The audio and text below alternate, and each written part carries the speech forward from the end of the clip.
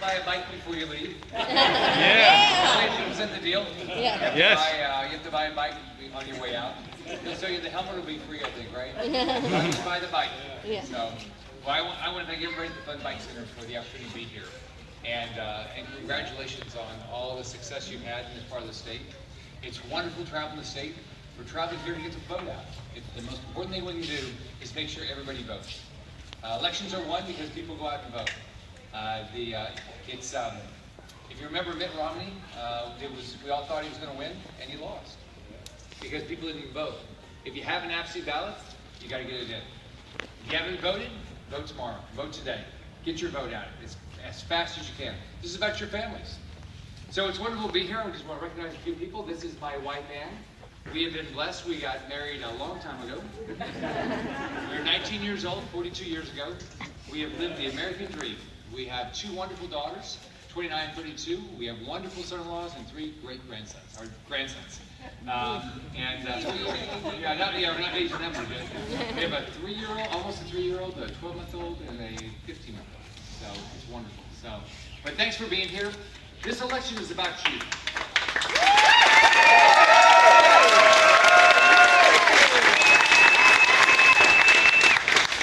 Stop to think about a typical family. I grew up in a very poor family. What did they care about? They cared about jobs, and they cared about education.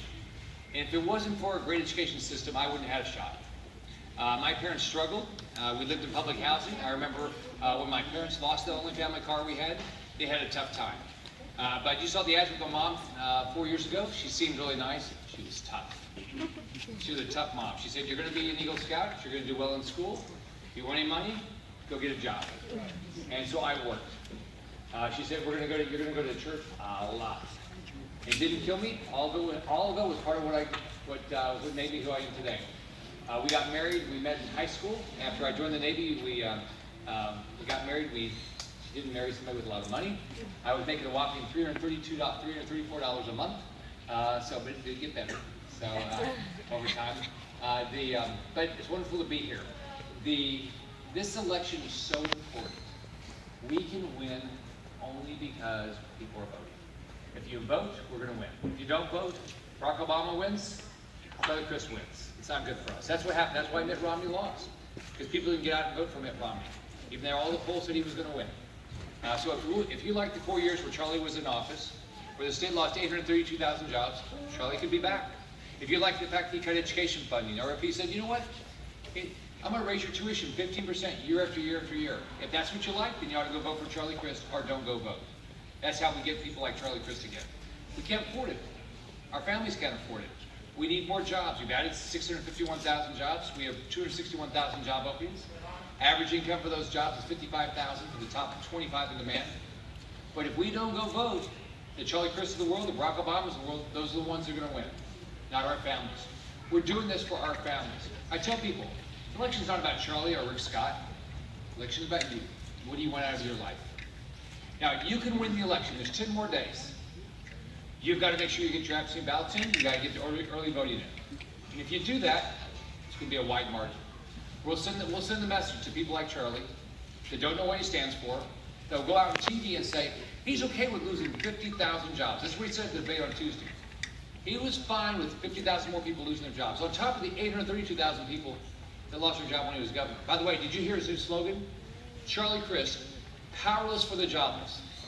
He said when he was governor, there was nothing he could do to help people get a job. There was nothing he could do. Give me a break. There's a lot of things you can do. Maybe you should call on companies. Maybe you should cut taxes rather than raising $2.2 billion. Maybe you should cut tuition rather than raise it. Maybe you should cut regulation rather than increase it. Maybe you should show up for the jobs and say, companies come to Florida, and we're going to make it the best place for you to do business so you'll get more jobs here. We're going to make it the best place for a family to live. When Charlie was governor, people started leaving the state of Florida. The last 12 months, we've added 279,000 people. So this election is about the future of your family. It's the future of your family. What do you want for your family? My family, we want jobs. My family, we want to make sure we have the best education system in the world. I want my children and our grandchildren, I want them to live the dream of America, the dream that you can start from anywhere, from any family, any zip code, any country, and you have a shot at whatever you want to accomplish. You can be governor, you can be president, you can build a company, you can be the best teacher, you can be whatever you want. But in a bad economy, there's no money for education, there's no money for the environment, there's no money for public safety, there's no money. And that's what happened under Charlie. As the economy went down, what did he do? He cut education funding. He didn't put money into anything because he had no money. Because he was part of not caring about the environment. And that's Barack Obama. Barack Obama doesn't get up there and say, get up every day and say, you know what? I'm worried about more jobs. He doesn't do it. And neither did Charlie Crist. So we want jobs. Now, let me just recognize a few people. Senator Kelly Stargell, who had the opportunity to work together.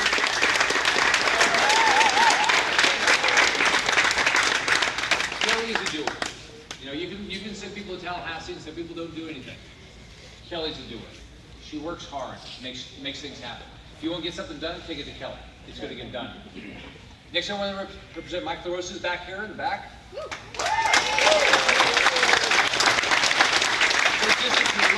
South and east, right? From here. But he cares. He shows up. He's very involved in a lot of children's activities, Boys and Girls Club, and a lot of other things. He cares. He's somebody that goes to Tallahassee and says he has a mission to get something done. Neil Comby, the quiet, shy, nobody knows Neil at all.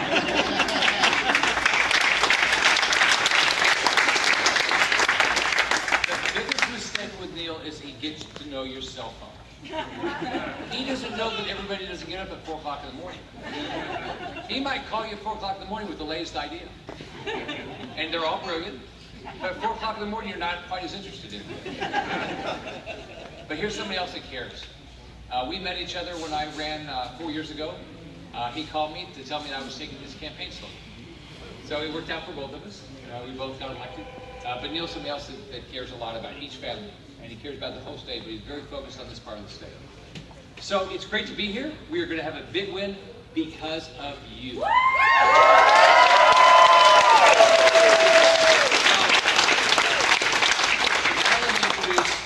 My wife of 42 years, the mother of our daughters and our 3 grandsons, the grandmother of our 3 grandsons, your First Lady, Ann Scott.